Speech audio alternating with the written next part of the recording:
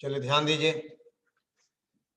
अब बेटा हम बात करें एक छोटे, अच्छा पिछला क्वेश्चन समझ में आ गया ना कि आपने कहा था बेटा alpha plus beta minus b upon a होता है, तो अल्फा की वैल्यू 2 आई थी, ठीक है ना, यानी 2 प्लस बीटा कितना आ गया था 3 प्लस आयोटा, तो बीटा की वैल्यू कितनी आ गई थी 1 प्लस आयोटा। ये पिछला क्वेश्चन था, ठीक है, ओके। चलो अब देखो बेटे एक और क्वेश्चन।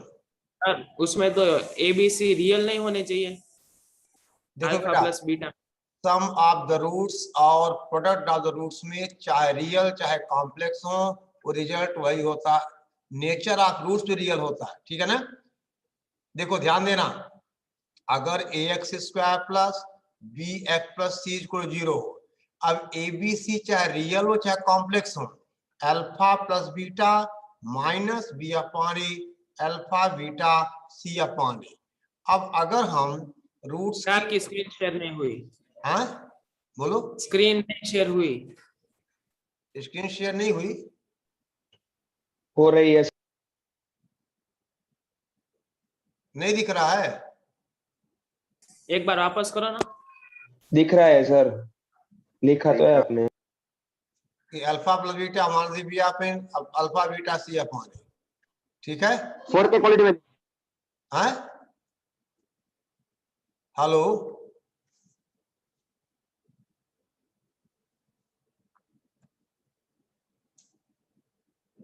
स्क्रीन शेयर नहीं हुई है, हो रही है सर। हो रही है। देखो स्क्रीन कहाँ चली गई यार,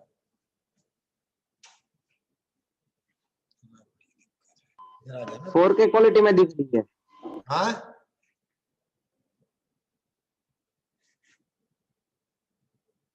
स्टॉप करना पड़ेगा, सब भग जाएगा, स्टॉप कर दो, फटाफट बस छोड़ो।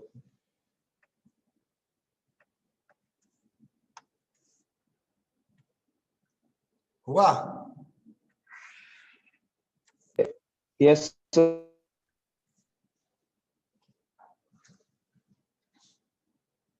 चलो बेटा ध्यान दो आप, देखिए यानी अगर ये रियल हो या कॉम्प्लेक्स हो, ठीक है ना, alpha plus beta minus b upon a alpha beta c upon a, ठीक है ना, alpha plus beta minus b upon a alpha beta c upon a.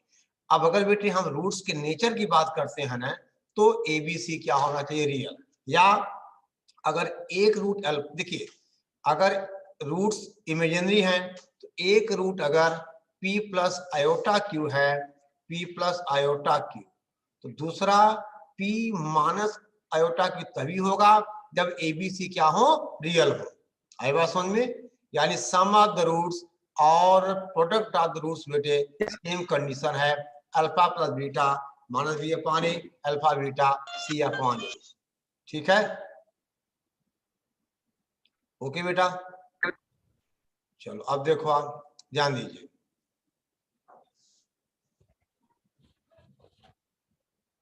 अब आपसे कहें हम क्वेश्चन, एक सवाल है, फाइंड द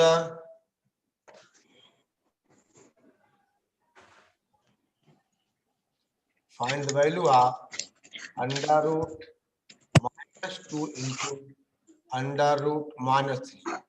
इसका जवाब क्या आएगा, दे बेटा अब इसको आप ऐसा नहीं लिख सकते under root of -2 into -3 that is under root 6, ये गलत हो जाएगा, ठीक है ना। यानी करना क्या है, अब अंडर रूट -2 का मतलब कितना हुआ, दैट इज आपसे कहा जाए, जिससे ध्यान दो बेटे लिखें कितना, दैट इज 2 आयोटा, ठीक है ना, इनटू आपसे कहा जाए 3 iota, that is iota square into 6 that is -6।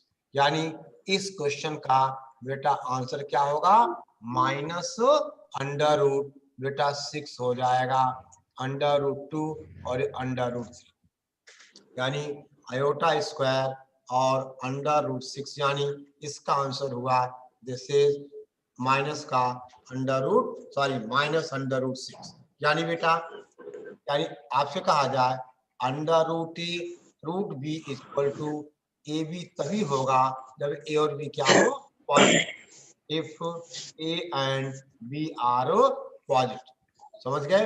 यानी अगर हमारे पास है अंडर रूट -2 इंटू अंडर रूट -3, जिसका जवाब होगा अंडर रूट ऑफ माइनस का सॉरी माइनस अंडर रूट 6। ठीक है, ये बेटा हुआ माइनस अंडर रूट 6 करेक्ट।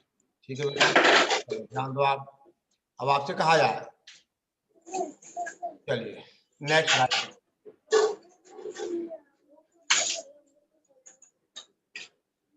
बेटे कहा जाए आर्गन प्लेन। आर्गन प्लेन क्या होता है, यानी वह प्लेन जिसपे हम कॉम्प्लेक्स नंबर्स को रिप्रेजेंट करें। ठीक है ना, the plane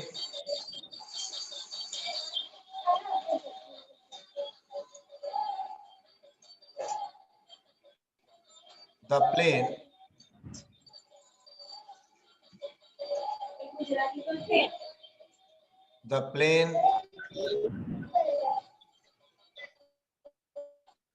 on which we represent complex numbers। ठीक है ना, और दे बेटा ये सिंपली हमारा एक्स वाई प्लेन होता है। ये हमारा सिंपली क्या है, एक्स वाई प्लेन है। अब इसमें करते क्या, हम एक्स को हमने कहा रियल एक्सिस, ठीक है ना, और वाई को हमने कहा बेटा इमेजिनरी एक्सिस। ठीक है ना, एक्स हो गया रियल एक्सिस और वाई होता है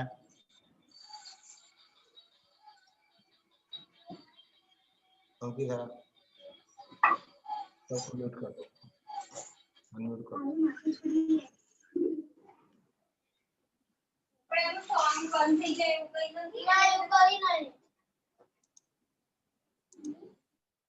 हो गए, चलो बेटा, यानी x हुआ रियल एक्सिस और y हुआ इमेजिनरी एक्सिस। यानी आर्गन प्लेन का मतलब ये सिंपल हमारा एक्स वाई प्लेन होता है, जहां x एक्सिस को हम रियल एक्सिस और y एक्सिस को हम इमेजिनरी एक्सिस। ठीक है ना, यानी x हमारा होता है रियल एक्सिस और y होगा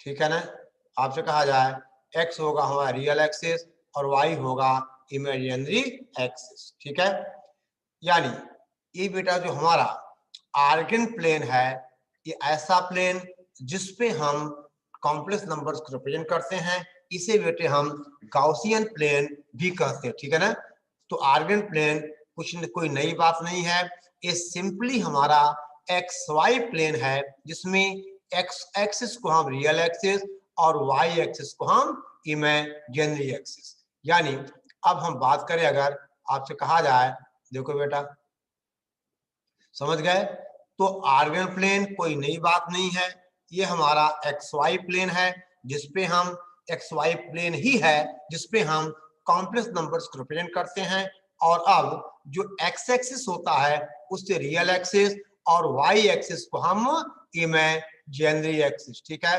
चलो देखो, अब बेटे कहा जाए कुल मिला के,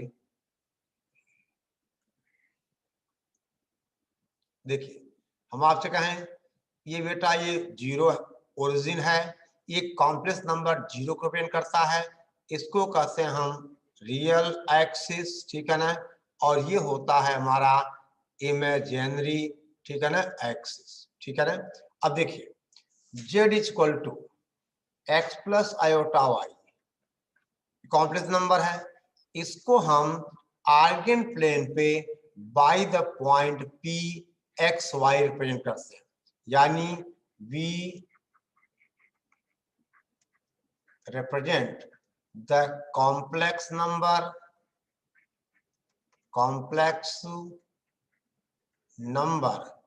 z is equal to x plus iota y by the point p x comma y on the Argand plane, on the, ठीक है बेटा, आर्गन प्लेन।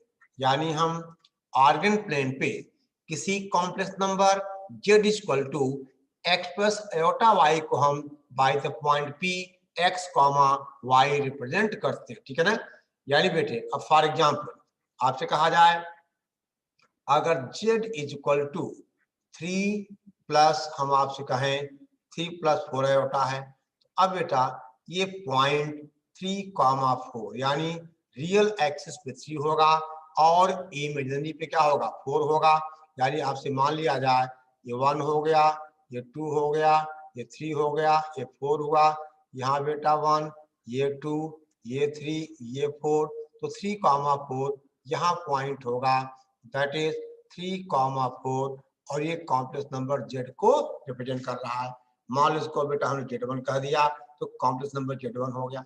अब आपसे कहा जाए अगर z2 हमारा है -3, ठीक है ना, z2 है -3 प्लस 4 आयोटा, तो ये रिप्रेजेंट होगा by the point q that is -3 comma 4। अब ये पॉइंट बेटे कहाँ होगा, ये पॉइंट होगा यहाँ कहीं, आपसे कहा इन द सेकंड क्वाड्रेंट, यानी ये पॉइंट हो गया -3 यानी z2। ऐसे कहा जाए अगर तीसरा नंबर मान लो z3 है -3 -4 आयोटा, तो इसको हम रिप्रेजेंट करेंगे बाय द पॉइंट -3 कॉमा -4। अब बेटे ये यहाँ कहीं आ जाएगा, आपसे कहा जाए z3 दैट इज -3 कॉमा -4। समझ गए। यानी बेटे every complex number can be represented by a point on the organ plane। लिख सकते हो आप कि every complex number can be represented by a point on the organ plane, ठीक है, ओके।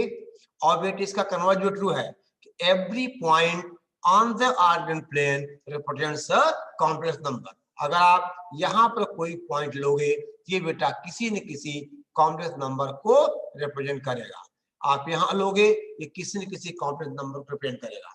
जैसे अब कहा जाए मान लो z इज इक्वल टू 4 है, तो बेटा प्योरली रियल है, तो पॉइंट यहाँ आ जाएगा, ये 4 कॉमा 0 हो गया।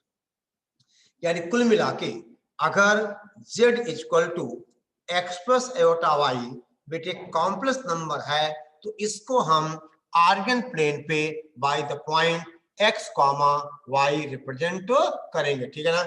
हम आर्गन प्लेन पे by the point p x comma y represent करेंगे, ठीक है ना।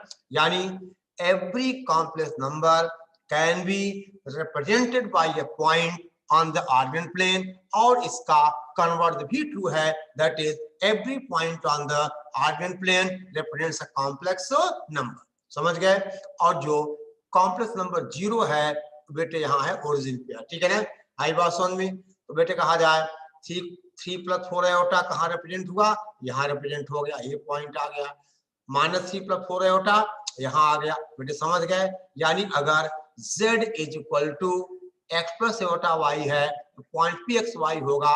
x है रियल पार्ट, कहाँ जाएगा रियल एक्सिस पे, और y क्या है इमेजिनरी पार्ट, कहाँ जाएगा y एक्सिस पे।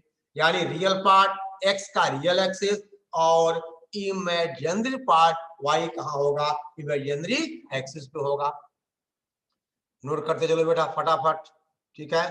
अब देखिए आपसे कहा जाए अगर नंबर प्योरली रियल है तो कहाँ होगा रियल एक्सिस पर, और अगर नंबर प्योरली इमेजिनरी है तो कहाँ होगा इमेजिनरी एक्सिस पर। अब जैसे बेटे हम आपसे कहें मान लो z is equal to iota, तो इसको आप लिखोगे 0 प्लस आयोटा, यानी ये पॉइंट होगा 0,1। तो 0,1 पॉइंट ये है, यानी ये है कॉम्प्लेक्स नंबर आयोटा। जीरो कौन सा नंबर होता है, इमेजिनरी या रियल? कौन 0 प्योरली इमेजिनरी है बेटा, ये iota is purely imaginary. Zero sir 0 zero is क्या कर सकते हो आप, ये दोनों है, ठीक है ना, इमेजिनरी भी और रियल भी है, दोनों है, ठीक है ना। देखो इसका रियल पार्ट भी 0 है और इमेजिनरी पार्ट भी 0 है, तो अगर कंसिडर करते दोनों केसेस आएंगे, ठीक है ना। आई बात समझ में। अब बेटा अगर z इक्वल टू हो 0 माइनस आयोटा तो पॉइंट होगा 0, -1, ठीक है ना। और 0, -1 बेटे यहाँ पॉइंट होगा, यानी ये है complex number minus iota.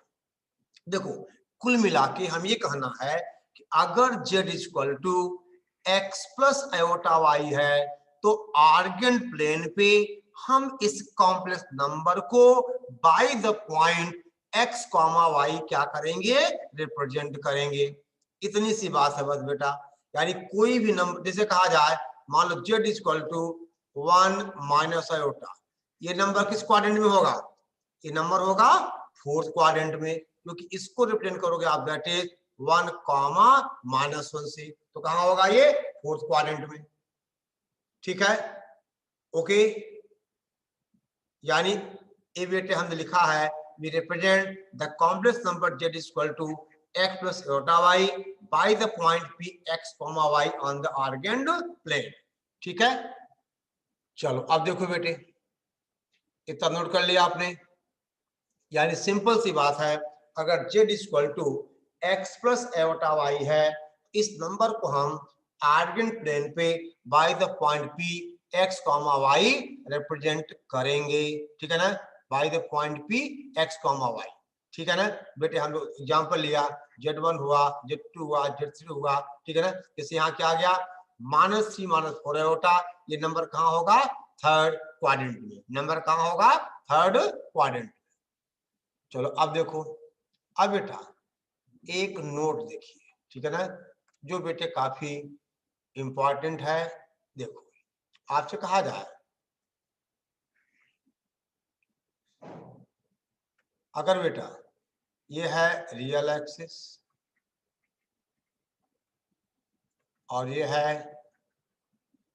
Imaginary axis, आपने कहा ये आर्गन प्लेन है, तो every point on the Argand plane represents a complex number. आपसे कहा जाए z is equal to x plus iota y, ठीक है ना।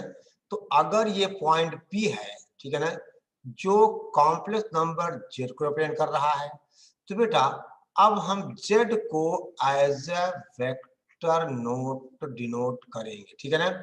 यानी हम कॉम्प्लेक्स नंबर्स को एज ए वेक्टर बेटे हम ट्रीट करेंगे। यानी आपसे कहा जाए अब ये ओपी वेक्टर जो है this is complex number z, यानी हमें z पे वेक्टर का एरो नहीं लगाना है। ये अंडरस्टूड है कि every complex number can be represented by a vector. और वेक्टर क्या होगा, आर्गन प्लेन पे जिस पॉइंट से आप नंबर को रिप्रेजेंट करोगे उसका जो पोजीशन वेक्टर होगा वो कॉम्प्लेक्स नंबर z को रिप्रेजेंट करेगा। आई बात समझ में बेटा, आर्गन प्लेन पे आप जिस पॉइंट से कॉम्प्लेक्स नंबर को रिप्रेजेंट करोगे उसका जो पोजीशन वेक्टर है वो कॉम्प्लेक्स नंबर z को रिप्रेजेंट करेगा। आई बात समझ में, बोल भाई, आई बात समझ में। यानी बेटा अगर z equal to x plus iota y complex number है, तो आपने कहा कि बेटे इसको आप जिस इस आर्गन प्लेन पे जिस पॉइंट से आप नंबर को रिप्रेजेंट करोगे उसका जो पोजीशन वेक्टर होगा वही कॉम्प्लेक्स नंबर z को रिप्रेजेंट करेगा। यानी बेटा आप ऐसा कर सकते हो OP vector is equal to complex number z, ठीक है। OP vector is equal to बेटा हम आपसे कहें कॉम्प्लेक्स नंबर z, ठीक है। आई बात समझ, इतना हमें जरूरत पड़ेगी, ठीक है। अब आगे हम दो वेक्टर्स को ऐड कैसे करते हैं, सब्ट्रैक्ट कैसे करते हैं, बेटा सीधी सी बात है। अब जो ओपी का मैग्नीट्यूड होगा वो क्या होगा, लेंथ ओपी हो जाएगा। जो लेंथ ओपी होगा वो वेक्टर ओपी का क्या होगा, मैग्नीट्यूड होगा।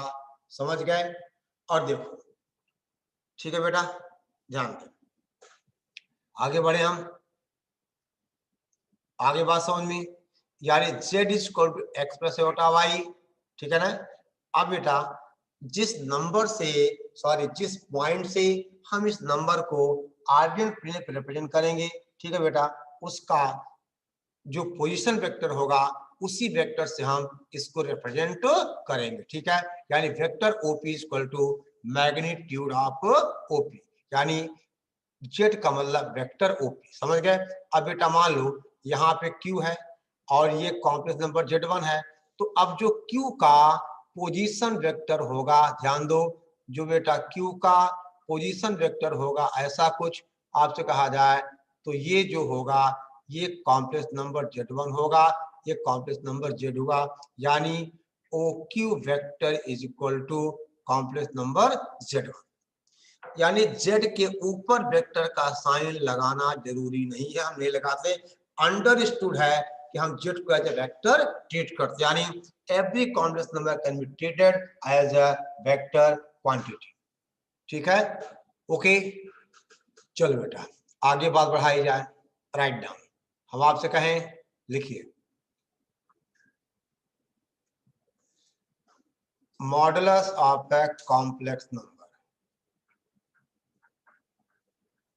मॉडुलस, ठीक है ना, ऑफ कॉम्प्लेक्स नंबर। बेटा किसी कॉम्प्लेक्स नंबर का हम बात करें तो मॉडुलस आपसे कहा जाए let Z is equal to x plus iota y, ये complex number, its modulus is represented by the beta mod Z and mod Z is equal to under the root x square plus y square। ये किसी complex number के बेटे modulus का क्या होता है, result होता है। Mod of Z is equal to under root x square plus y square, ठीक है ना।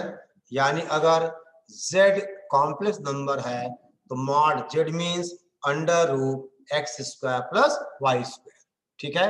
Mod Z means under root x square plus y square. अब जैसे फॉर एग्जांपल मान लो बेटा Z इज इक्वल टू हम आपसे कहें 3 प्लस 4 आयोटा, इसका मतलब बेटा जो मॉड Z होगा वो under the root 3 square plus 4 square, यानी कितना हो गया 5 हो गया। अगर मान लो ये पहला एग्जांपल हुआ, हम दूसरा एग्जांपल दें बेटे, कहा जाए कि Z इज इक्वल टू मान लो 1 माइनस आयोटा, तो मॉड Z होगा under root 1 square plus minus 1 square, that is under root 2, ठीक है ना। यानी अगर Z equal to x plus iota y है तो मॉड Z का मतलब बेटा अंडर रूट 2, ठीक है ना, under root x square plus y square. समझ गया, समझ गए बेटा। अगर Z इक्वल टू मान लो बेटा आयोटा है तो आयोटा क्या लिखोगे आप, 0 प्लस 1 इंटू आयोटा, तो मॉड Z हो जाएगा अंडर रूट 0 स्क्वायर प्लस कितना बेटा 1 का स्क्वायर, दैट इज 1, ठीक है ना। अब राइट डाउन। अब बेटा देखो मॉडुलस का ज्योमेट्रिकल इंटरप्रिटेशन, यानी ज्योमेट्रिकली मॉडुलस क्या होता है, ठीक है।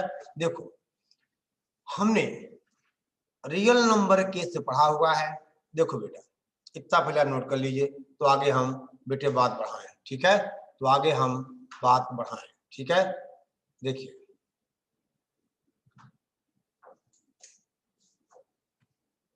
हम आपसे कहें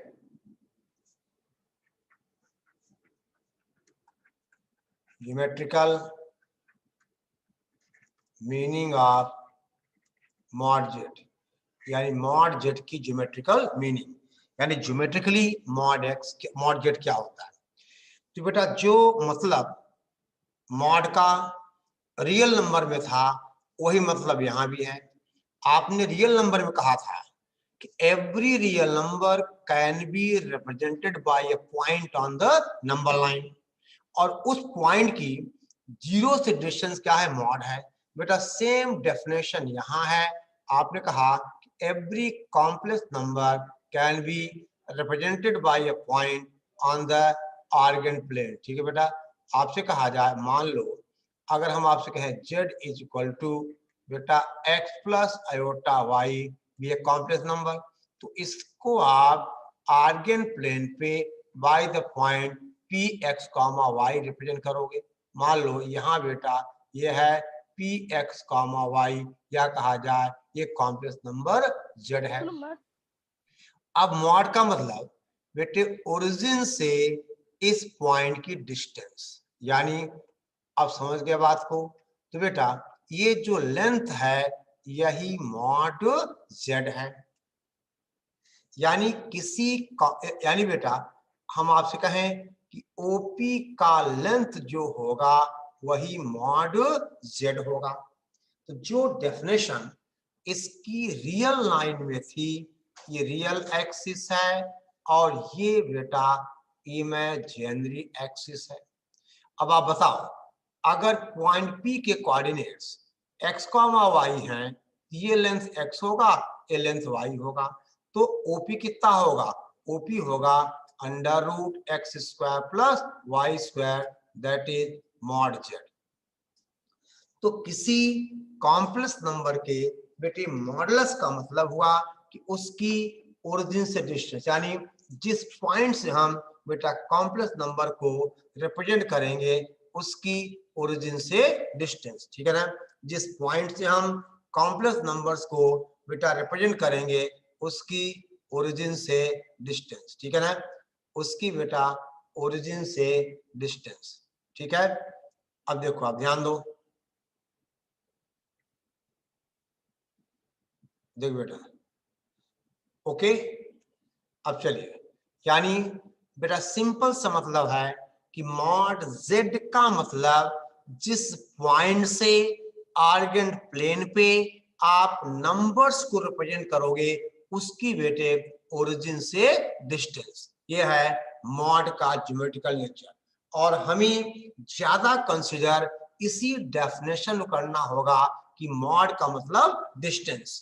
ठीक है बेटा, तो मॉड z का मतलब distance of the point from origin. कौन सा पॉइंट? जिससे हम नंबर को रिप्रेजेंट कर रहे हैं। ठीक है ना बेटा, जिससे हम नंबर को रिप्रेजेंट कर रहे हैं। ठीक है, ओके। अब दे बेटा ध्यान दे आप, हम आपसे कहें,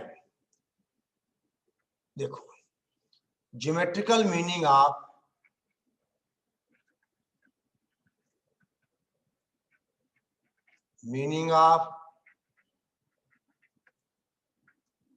कॉन्जुगेट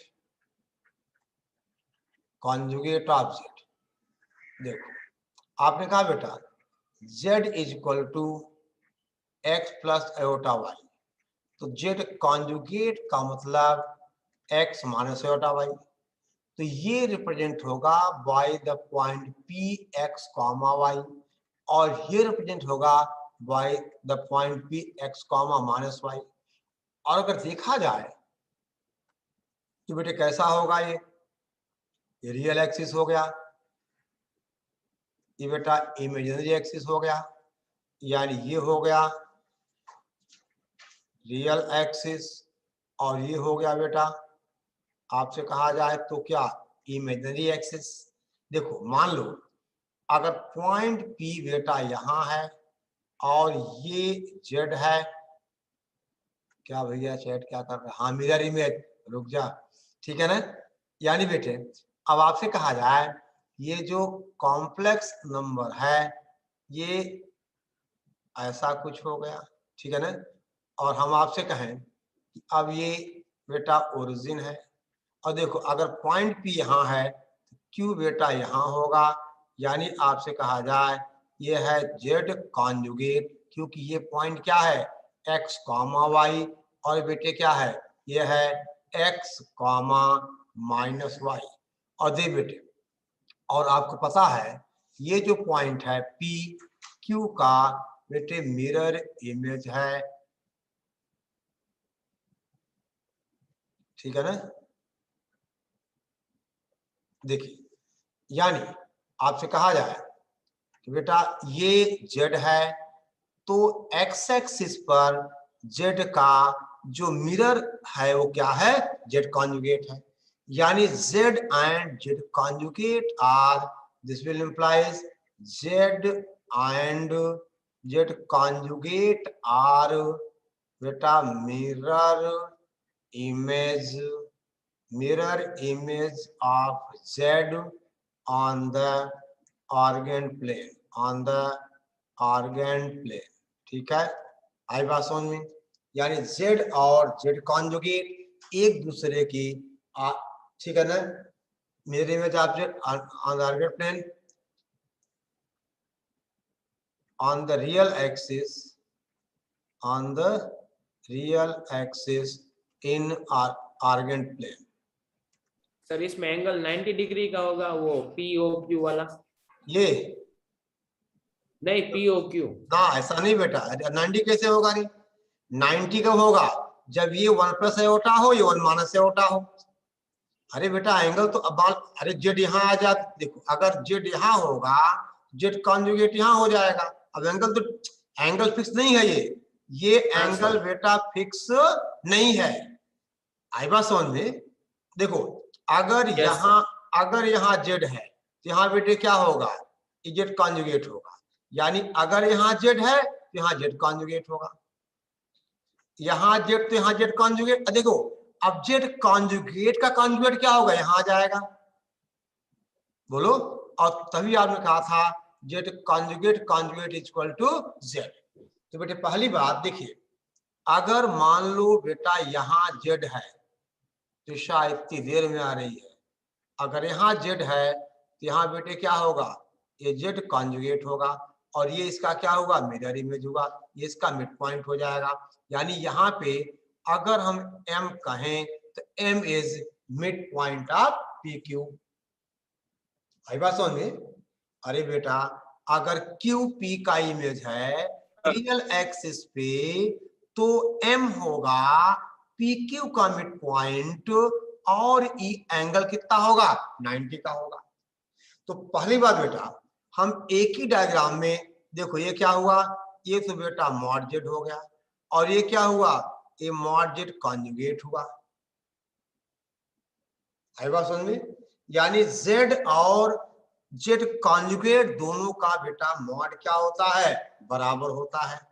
आई बात समझ में। तो देखो यानी ओरिजिन से जो पॉइंट की डिस्टेंस है वो मॉड है और P का रियल एक्सिस पे जो मिरर इमेज है वो बेटे क्या होगा, जेड कॉन्जुगेट होगा। आप देखो बेटे यहाँ बताओ आप, OP is equal to OQ होगा कि नहीं। इसका मतलब mod of Z is equal to mod of Z conjugate. ठीक है ना, mod of Z is equal to, अभी क्या लिख दिया ये 90 तभी होगा जब जेड कितना हो, 1 प्लस आयोटा हो, ज्यादा उलझाओ नहीं। अगर ये 45 का होगा तो 45 हो जाएगा। ठीक है ना, ये क्या हो जाएगा, हाँ। चलो बेटा ध्यान दो, यानी पहली बात किसी कॉम्प्लेक्स नंबर अरे हमेशा रियल एक्सिस पे होगा, और क्या कर रहे हो, हमेशा रियल एक्सिस पे होगा, क्या मिरर हमेशा रियल एक्सिस होगा, हमेशा बेटा रियल एक्सिस पे ही होगा। यानी अगर यहाँ जेड है तो यहाँ क्या होगा, जेड कॉन्जुगेट होगा। हमने लिखा ना, अरे Z on the real axis, ठीक है ना, ऑन द रियल एक्सिस। यानी Z and Z conjugate are mirror image of each other on the real, ऐसा कर सकते हो। ठीक है ना, image of Z on the real axis in Argand plane, ऐसा भी कर सकते हो। Z and Z conjugate are mirror image, चलो पूरा बेटे मतलब मिटा के लिख देता हूँ, Z and Z conjugate of are mirror image, mirror image of each other, ठीक है ना, on the real axis. Real axis पर ही एक दूसरे की मिरर इमेज होते हैं, समझ गए। यानी अगर बेटे यहाँ पर जेड है तो यहाँ क्या हुआ, जेड कॉन्जुगेट हुआ। ठीक है ना, ओके ठीक है। अब इतना बेटा आप नोट रखो और कल हम बात करेंगे मॉडुलस के प्रॉपर्टीज की और एक नया टर्म डिफाइन करेंगे, argument of a complex number. अब देखो बेटा हमारे सिलेबस में केवल 3 ही चीज हैं, कॉन्जुगेट, मॉडुलस और आर्गुमेंट, लेकिन इन तीनों का एप्लीकेशन बहुत वाइड है, ठीक है ना। केवल हमें 3 चीजें पढ़नी है, कॉन्जुगेट, मॉडुलस और आर्गुमेंट। तो 2 चीज हमने डिस्कस कर लिया है। कल बेटा हम डिस्कस करेंगे मॉडुलस की प्रॉपर्टी, और कल का लेक्चर काफी इंपॉर्टेंट होगा। आप टाइम से आ जाना, 9:30 पे क्लास शुरू होगा, ठीक है ना। और पहला क्लास खत्म होने के बाद 10 मिनट बाद आप फिर से ज्वाइन करना, ठीक है। ओके, चलो बेटा, thank you sir. Okay. Thank you sir.